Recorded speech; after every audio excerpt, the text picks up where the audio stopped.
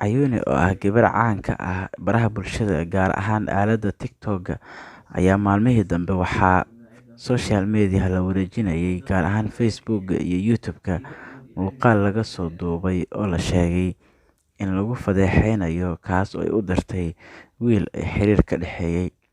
Haddaba gabadhan sooshiyaalka qabsatay maalmihii dambe ayaa goor dhoweed ka soo hadashay sababta ay ku dhacday arrintan iyo waxa laga aaminsan yahay. Waxay ku bilowday qoraal ay soo dhigtay barteeda Facebook sida tan. Qoraalkan waxa uu ka yimid Cayni Maxamed Axmed oo ku magac dheer Cayuni Qurux. Assalaamu calaykum. Ugu horreyn, Ilaahay ayaa mahad leh oo cidda kaliya ee mudan mahadnaqa xilliga farxadda iyo midda murugadaba. Sidoo kale waxaan rabaa inaan u mahad celiyo cid waliba oo i garab istaagtay, ayay ku tiri qoraalka ay soo dhigtay. Qoraalkan waxa aan idinkugu soo qoray in aan runta idin caddeeyo. Fiidiyowga aniga igu saabsan ee meelaha la wareejinayay.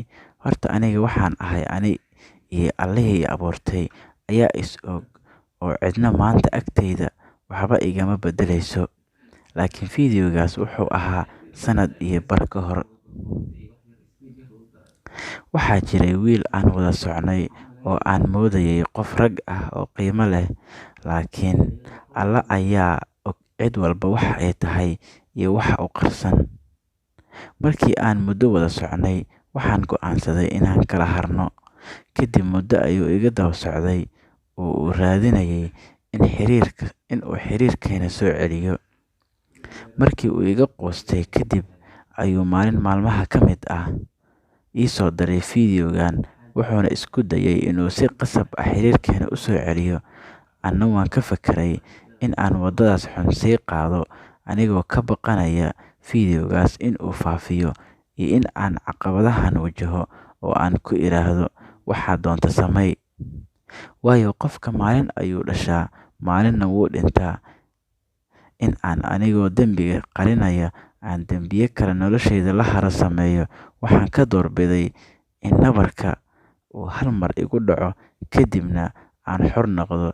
Sidaa darteed maanta wixii uu awooday wuu sameeyay. Balse aniga waxaan rabaa inaysan i niyad jabin sababtoo ah waxaan ahay aniga iyo Alle ayaa is og. Cabsi iyo cisina asaga ayaa iga mudan oo ay tahay in aan u wada laabano. Laakiin waxaa ila qaldanaatay in aan dembiye kale sii galo inta aan ka fekerayo oo aan ka cabsanayo waxa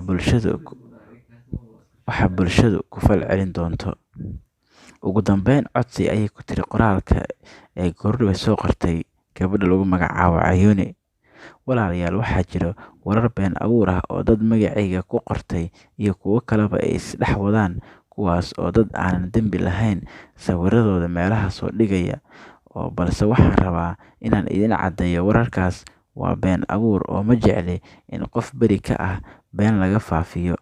Sidaa darteed, arrinta khusaysa falcelinta iyo waxa aan ka yeeli lahaa qofka waxaas igu sameeyay, waxaan rabaa in aan uga dambeeyo familkeyga. Sidaa darteed, waxaan si xushmad iyo qadarin leh idinkaga codsanayaa in arrintaas aad joojisaan ka hadalkeeda oo aan u madax banneeyno qoyskeyga. Mahadsanidin, ayay tiri. Saaxiibayaal, waxaa xusid mudan in gabadhan sidoo kale